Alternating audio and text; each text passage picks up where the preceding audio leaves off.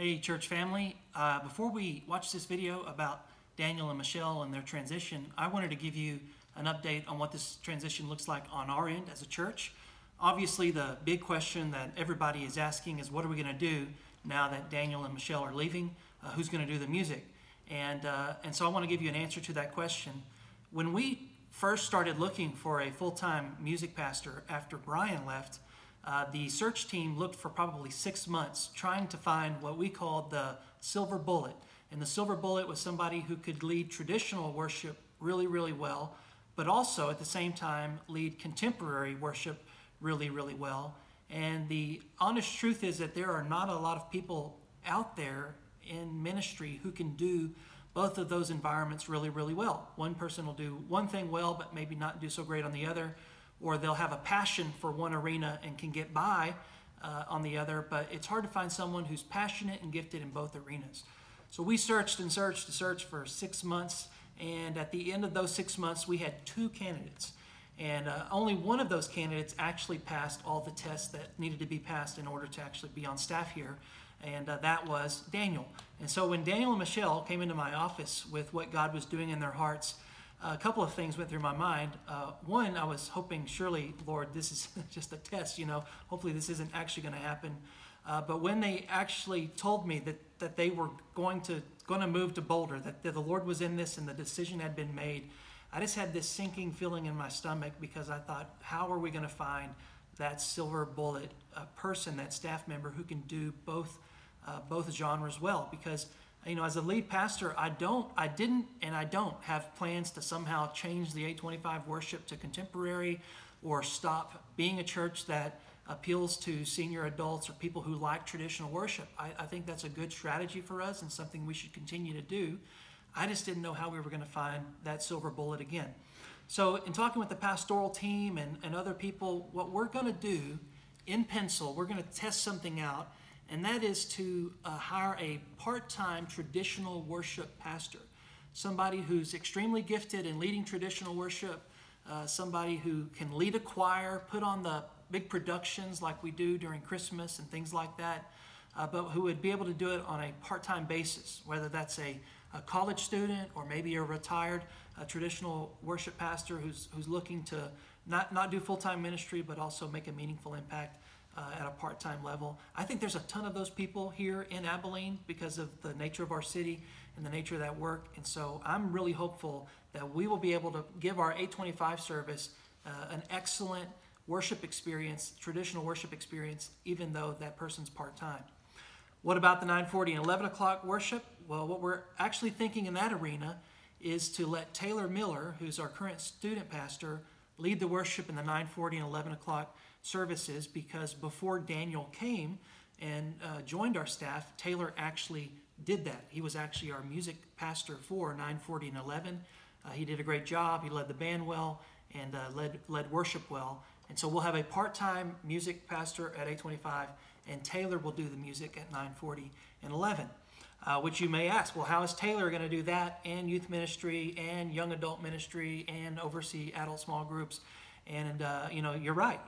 One person can't do all that stuff. So we're actually going to hire a part-time youth minister to take care of the responsibilities in the youth ministry under Taylor's leadership, so that he's not overwhelmed. And it's amazing, even just kind of throwing that out there and asking the Lord to provide. We've already received several applications for the traditional worship position, and the same with the youth minister position. So again, this is something we're trying in pencil. I think it'll actually ultimately be more helpful for the church, that the church will be blessed by this setup, and we're just going to try it out. If it doesn't work, you know what? It's in pencil. We can erase it and go back to the drawing board. But that's what we're going to do right now. So that's what we're going to do now that Daniel's leaving. The more important question, I feel like, or the more pressing question, is how can Broadview assist and help send Daniel and Michelle in this next season of ministry? And as much as I wish that this transition was something that Daniel and Michelle and Broadview all dreamed up together over the past 12 months, it's just not the way that it worked. God brought this on their radar in December of 2017. They wrestled with it in January and February. And they came to me in March, and it was just as much a shock to me as it was to them. And financially, I didn't see how it would be wise stewardship for Broadview to take on City Church Boulder as one of our church plants for the 2020 vision.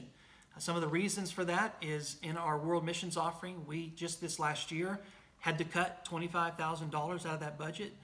We cut our I&B giving by $10,000. Financially, we didn't have a lot of reserve cash to sponsor a church plant. It just was not a good financial decision for us. And the immediacy of it, it seemed like something that the Lord was calling Daniel and Michelle to do, and not something that he was asking Broadview in particular to make a long-term commitment on. That said, Daniel and Michelle are members of our church. They're part of our church family, and I truly believe that God is making Broadview a sending church. And so I want us to do everything that we can to help send them.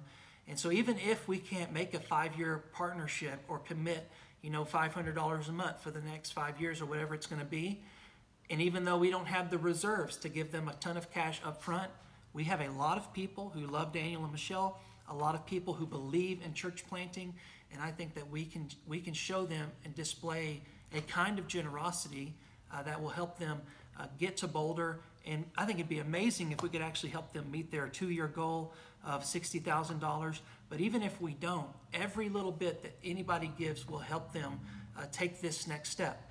And so what I want you to know is that Broadview as a church, we don't have $10,000 or $20,000 that we're giving to Daniel and Michelle. But I want you to know, as your pastor, I am personally going to give above my own offerings to this project, and I want every one of you to consider how you can do the same. And even if you don't give financially, or even if it's just a one-time gift, I would at least want you to watch this video, sign up for the prayer alerts, be emotionally and spiritually invested in what Daniel and Michelle are doing, because I really do believe that it's something God has called them to. I really believe, without a shadow of a doubt, that that they're gifted for what it is that God's calling them to. And as hard as it is to see them go, and as confusing as it is on my end to make sense of why God does what he does, I don't have answers to those questions. But at the end of the day, I think that this is what they're doing is they're following the Lord's leadership on their life, and we have a responsibility as a church to help make that successful. So here are some ways that you can give financially to this project. First, you can go to broadview.church/give, and you'll see Daniel and Michelle, or the City Church Boulder. You'll see that as one of our main offerings on our giving page. You can also go to broadview.church/Hessler, Hessler, and that's their own landing page that you can go to and share on your social media, Facebook, things like that, to help spread the word with other folks in our church and just other people that you know that you think might have an interest in joining what God's doing in Boulder, Colorado, of reaching unreached people. So as your pastor, I want you to watch this video of Daniel and Michelle sharing their heart, sharing why they believe God is calling them to do what they're going to do, and then for you to personally ask, since they are part of us, since they're part of this faith family, and I'm part of this faith family, how can I join them? How can I join God in what he's doing in their life and what he's going to do in Boulder, Colorado? So even if we don't have $10,000, $100,000 to give them, that doesn't mean that it's not in our church, in the pews, and that we can't display an outpouring of that generosity to help them take this next step. So I don't know what the Lord will have you do. Audra and I are praying about it. I hope that you will prayerfully consider how God would have you support, and I want to thank you in advance for whatever that is. God bless you, and please watch with open heart and mind what Daniel and Michelle are about to share. We just want to start off and talk about our testimony once again, just kind of recap what we talked about a couple Sundays ago. In January of this year, Michelle and I began to feel a pull from God that he wanted us to help plant this church in Boulder, Colorado. And we kind of resisted that, and for about 3 weeks, we argued with God, and we wrestled with it, and I just told God flat no several times. There's several car rides where I'm just, people probably looking at me because I'm shaking my fists and yelling, and they're like, what is going on in there? But I'm just having conversations with God and saying, man, what are you doing there is no way that you're calling us to do this because it doesn't make any sense financially, to leave something that's stable and healthy and then go to something that doesn't even exist yet. And I've got mouths to feed. I've got little kids, and how is that going to work, God? I just don't see it. And then, when God called us to Broadview, we assumed that he was calling us here for the long haul. And so we prepared for that. We grew our roots deep here. We made friendships with all of you and so many others, and we love Broadview. We love Pastor Wes. He's a phenomenal pastor, and this is a very healthy church. It's a great community, great leadership, and we love being here. Yeah, I mean, as Daniel said, we had ministries, both of us had ministries here and friendships, and so that was the hard part, but there just continued to be this relentless and undeniable pull from God that just continued to happen. So finally, when we stopped arguing with God, we said, okay, we're going to fast, we're going to pray, we're going to seek spiritual wisdom and try to figure this out, because sometimes we kept saying, well, maybe God just wants us to be willing, but not actually do it. And so we do feel like God answered in Bible verses, through others' wisdom, and through the Holy Spirit's leading in sermons and worship and prayers. And actually, we would sit at night and we would talk about it, and we have this whiteboard in our homeschool room at home, and we made a list and two sides. One was the list of ways that we felt like God was telling us to go, and the other one was ways we felt like God was telling us to stay. And just through the weeks, we kept seeing that list grow of ways that God had been saying, nope, I want you to go. No, I want you to go. Until it got to the point where we said, okay, God, I hear it, and we know that this is what you want us to do. And to be honest, there's, we didn't have full understanding then, and there's still times now we say, well, I'm going to ask God about that later, because I still don't understand it all. But we just want to be obedient, and so that's what we're doing. So the number one question that we get is, when are y'all leaving? So we want to talk about that right off the bat and just answer that question. So I'm gonna be on staff here through the end of May, for sure. Okay, so I'm here for sure through the end of May, and then after that, there's we're trying to sell our house right now, so it'll depend on that as well and some other things. And so after the end of May, it's kind of in God's hands as far as how the timeline's going to work. And so we'll keep you posted on that, but that's kind of in flux. What we want to do now is we want to play a video just introducing you guys to Drake Elkins, the lead pastor and our very good friend. Hey Broadview, my name is Drake Elkins and I'm the lead pastor of City Church Boulder.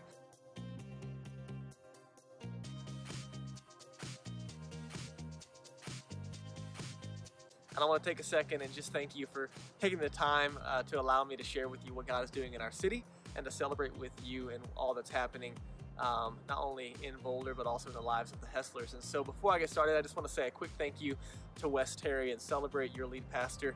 Wes, I'm so grateful for you and your kingdom focus, man. Just want you to know, Broadview, that you have a leader and a senior pastor who loves God's kingdom more than he loves his own.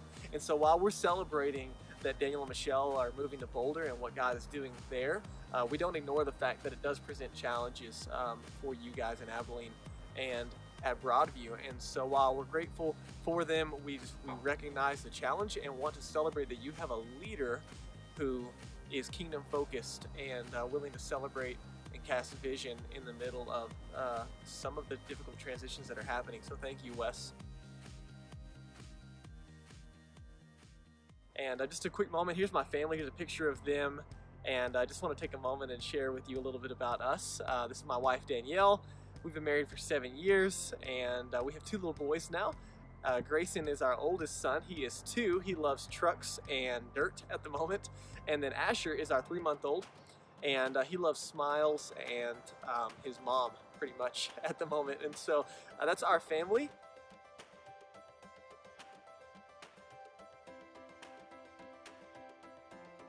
God called us to Boulder about 3 years ago. Prior to that, we actually had the privilege of doing ministry with Daniel and Michelle in Texas, in Fort Worth, for 7 years before God called us out here. And so we were doing student ministry. We saw hundreds of kids come to know Jesus, leaders developed, and we loved everything that God was doing in our city, and had the privilege of learning a lot in that season. And about 3 years ago, God interrupted that and called us to Colorado. And so in November of 2016, as a result of prayer, time, wise counsel, we packed up our family and moved to Boulder. And so we went through the North American Mission Board and were approved as church planters through them, and moved to Boulder and did what we call a residency for a year. And so that was just partnering with a local church, learning our city, and neighboring and loving and serving and learning, and just an incredibly awesome time as we prepare to launch a life-giving church here. And so we most recently moved into what we call our team building phase, and we believe that Daniel and Michelle are a huge answer to prayer as we prepare to move into this stage. And so as of right now, we have 19 adults on our team, and we're praying for a team of 70 to 80 adults on our launch team that are going to help us launch a life-giving church in Boulder. And so most of those are from our area. We had another family move back in January from Texas to join us. They're also an answer to prayer. And so as we're building this team, we're just watching God do incredible things. And what's awesome is that most of them are not Christians, which is incredible, that they are interested in what God is doing in our city as we have the opportunity to help them discover their purpose and what it means to have a relationship with God and to empower them to make a difference. And so as we're planting City Church Boulder, that was really birthed out of Matthew 5 when Jesus talks about us being this city on a hill, this light of the world. And what really stuck out to us as we were moving out here was that Jesus said it's by your good works that people are going to glorify God. And so we knew that when we were moving here to Boulder that we weren't going to plant a Texas church in Boulder, but rather God wasn't really calling us just to plant a church, but rather to reach a city. And we're celebrating what God is doing, but at the same time it does take disciples to make disciples. And so we believe that Daniel and Michelle are another answer to prayer when it comes to having leaders that can develop leaders. And so we want to thank you for taking the time to pray over how you can partner with Daniel and Michelle and with City Church through prayer and through different avenues. And so we just want to say thank you for that. And man, we're so grateful that you guys are celebrating with us and what God is doing here. And we are privileged and honored to have Daniel and Michelle on our team. So thank you guys for celebrating with us. Staff at the church that we were at previous to Broadview in Fort Worth, and so we've done ministry together, we've worked together, we're friends, so we know him really well. And Daniel and I were talking about it. We realized that it's hard because you guys have never met him other than just seeing him through the video, right? And so you don't necessarily know him, and so we just wanted to take a second to share a little bit of why we're confident in Drake as a church planner and as our future pastor. And so I think the number one thing that there's a lot of things that is required of a church planner, for sure.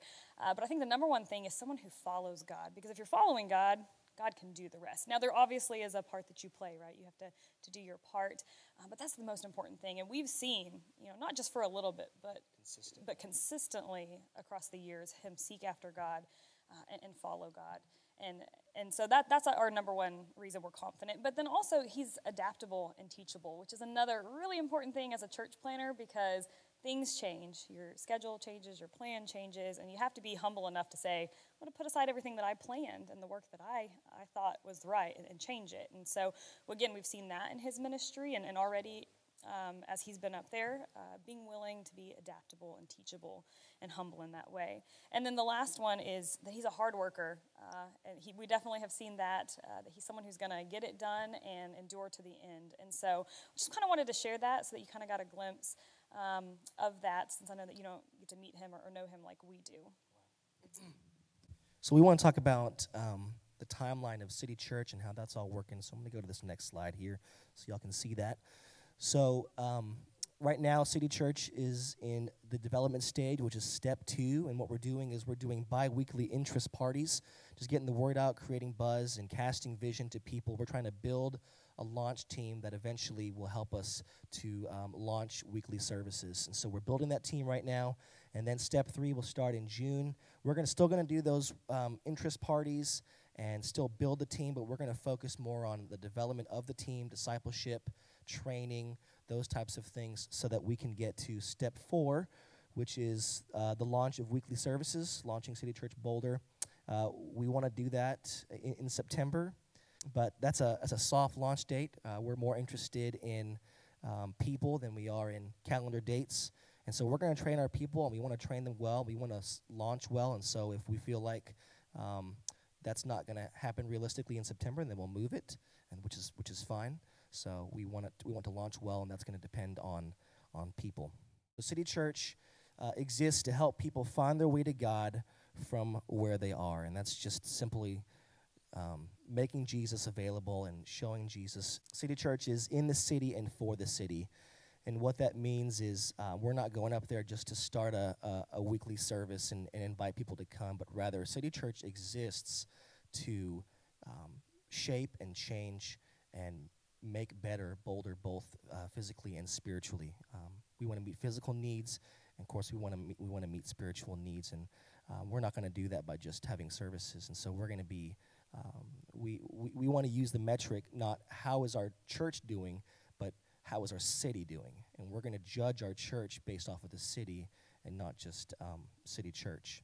One of our core beliefs is we want people to know God, find freedom, discover purpose, and make a difference. And so that's just how we're going to introduce people to God and help them to discover what he wants them to do and what he created them for. And one of our other core beliefs is, man, you don't have to believe to belong. Which is really cool because, as Drake said, man, half of the launch team right now, more than half, are unbelievers, non-Christians who have bought into the vision of City Church and are going to invest their time and resources to launch this church. And they're not believers, guys. It's incredible. It's incredible. They believe in what we're doing and they want to make a difference. And so this value is already it's just being knocked out of the park, and people are joining.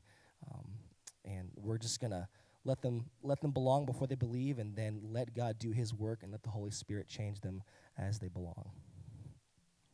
But it's great that, we're adding numbers, but we also want to have spiritual depth. And so we need, as Drake said, you need disciples to make disciples. So we're not just building a team in numbers, but we're going for spiritual growth, and we want to be kingdom-minded and not just local church-minded, which means that as we plant City Church, we're going to have the city in mind, but we're going to have the world in mind too. And so just like Broadview, the great commandment is to the world. It's not just to a city or a place. And so as we launch and plant City Church, we're going to have the world in mind, and we're going to be planting churches in other places and doing missions work as well. Okay, so I'm going to share a little bit about Boulder, the city, just some quick statistics, because it is a little bit different of a place, especially compared to Abilene or Fort Worth or anywhere around here in Texas. So there's 300,000 people in Boulder County. 112,000 is in Boulder proper, which is just what they call the actual city of Boulder. All the rest of the people are in the little suburbs and cities around in the county. And then out of those people, there is 58% don't have any religious affiliation. They don't claim any religion. And then out of the ones who do claim a religion, only 9% claim Christianity.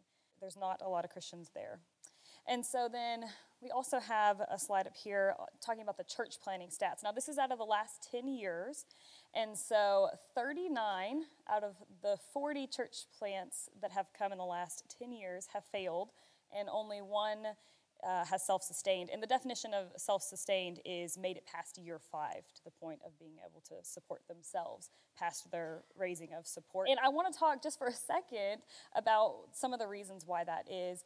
And so the first two reasons kind of play into each other. The first one is that they run out of money. But it's not that they didn't gain support in the first place. It's that it didn't last long enough to the point of where they could build the church up. And I think that is where number 2 comes in. It's because of that spiritual climate we just talked about, that it's a longer faith path. Here in Abilene and in Fort Worth, a lot of times you meet people who, well, my grandfather was a pastor, or I know my aunt who's a Christian, and there's just not a lot of that going on in Boulder. And so that path tends to be a little bit longer there. And so that path being longer combined with support runs out at some point, a lot of them just aren't sustaining past 5 years, other than that one. And then on top of all that, I think something that plays a role is that they're having to fight the stigma that's already there of failed church plants, right? I mean, Boulder, the city, that means in the last 10 years, the city has seen 39 churches come in and promise something and then leave, right? And so I think that's hard. I think that you're fighting against that as well, that people go, oh, okay, yeah, here's another church that's coming in the city that says they're going to change and make a difference. And then they don't make it that far. So I think it's safe to say with all of those statistics that Boulder is a hard place, which can be daunting. And I think our fear is that city would become harder and harder to the gospel, and that less and less people are willing to go and plant there, or people are less and less willing to support because these statistics can be so daunting. Yeah, they're discouraged. We serve a big God, and although Boulder is a hard place, but we're called to hard places. All of us are. The Great Commission says to go into all the world, and so we're being called to Boulder, which is a hard place, but we're going to go. But you know what? People in Boulder are just people. They're made in the image of God, just as we are, and they have messes just like we have messes. But God is bigger than their mess, and He can absolutely heal them, restore them, and their relationship with Him, and use them in an incredible way. So we believe that God can overcome these statistics, and we see that happening in Boulder with a different approach to church planting. So what that means is we think that in order for a church plant to be successful, there has to be more than one person on full-time staff at the get-go. And most church plants start with one person full-time staff, and we just see that there's just not enough work that's getting accomplished, seeds being planted, because you have one person doing all the work. And yeah. I just want to say that it's not that we think that model doesn't work across the board. I think there's a lot of places where that model works. I just want to clarify that. We're talking in a really hard place like Boulder, and there's other cities in the nation too that would fit this bill as well. And we see some church planners trying to take that different approach. But I think in a place like Boulder, something clearly, with 40 churches in the last year and only one sustaining, something you need to try to different. Right. Sorry. Yes, but if you start with a staff of 2 to 3 people, you can go further faster. You can get more things done. You can disciple more people, and you have 3 times more work power to get things done. And hopefully you can create a self-sustaining church in the time period that's needed to sustain itself past year 5 with the initial support that's given. Matthew chapter 9 says, "The harvest is great, but the workers are few." So Jesus says, pray for the laborers. Jesus doesn't say pray for the harvest. He says pray for the laborers. And so that's the dream for us, man. We think that in planting City Church Boulder, with us coming on staff with Drake and Danielle, what we can do is we can go further faster, and we can reach more people in a shorter amount of time with the gospel and disciple them and create a self-sustaining, life-giving church. And so we believe that God has called us to be a part of that different approach to church planting in Boulder, and we're confident in God's calling. But at the same time, there's this recognition that we need help to fulfill what we believe is God's vision and calling in this. And so we're praying and asking God to provide and help us, and that's what we want to ask you, is to pray and ask God how you can help as well. And so I up front, I want to say that we're not asking for any decisions tonight for what we're about to share. We just want to share with you so that then you can pray more specifically. That's the goal tonight, is just for you to give you the information so you can pray specifically. And so I just want to share a few different ways that you can partner to help. And so the first one is prayer, by joining the prayer team. So we have up here the ways that you can join. You can text Boulder to 444-999. Or you can go to the website and join the prayer team that way. And joining the prayer team just means you're going to get an email with updates, letting you know what's going on with City Church, and that way you know specifically how to pray. Right, and this is, guys, this is the most important thing that you can do for us. The Bible says that we don't wrestle against flesh and blood. It's not about what you can see, but we wrestle against things that we can't see, against powers and dominions. There's strongholds of darkness in Boulder that are not going to be overcome by just walking in and starting a service and inviting people to come. And so what it's going to take is it's going to take prayer and fasting, both from us and from hopefully for you guys, that the Holy Spirit can break through these strongholds and dominions and powers that have been in Boulder for decades and decades, and we can see the gospel reach people in a way that hasn't been done in Boulder. And it's going to be through prayer and fasting. That's the only way. So then another way that you can partner and help is giving.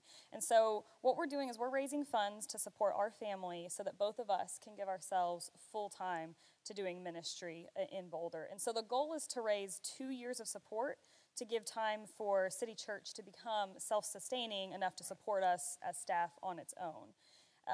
So we're trying to raise, and City Church is trying to raise, and so it's a combination effort here of trying to do that. And I kind of want to let y'all know what we'd be doing a little bit. So in the beginning, most of our jobs are going to be building that launch team, developing leaders, training, discipleship, all those sort of things.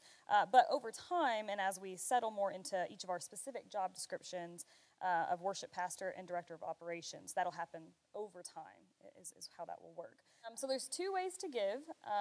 You can do a one-time gift, or you could do a monthly giving over time. So you set a certain amount that you say, I'm going to give monthly for X amount of time. So you can see up here, there's 2 different ways you can give. You can give through Broadview, or you can give through City Church Boulder. And so there's both of those options, either one, to be able to give. And then the third way to help and be a part is mission teams. And so there's a lot of work with church planning, especially when you first get started. And there's, like we talked about, less people in the beginning. And so you can always use help with events and serving the city. And so that would be a group coming and serving alongside of us. And City Church has already had a few groups come out and do this, and there's a few more set up for the summer. But man, we would love to have at some point a team from Broadview come and serve. That'll just be so cool. We get to see some of you guys and serve alongside you again, and so we'd love for that. If you or your small group or something is interested in that, you can get with me, and I can get the paperwork to get that all set up. And I did want to reiterate one more time that these 3 ways that we're talking about, prayer, giving, and mission teams, we're not wanting a decision tonight, right? The idea is that we want you to pray and ask God, because we want the Lord's leading in this, okay? We're not asking for decisions right now. We want the Lord to lead you, and we're just praying and asking God how to provide along the way.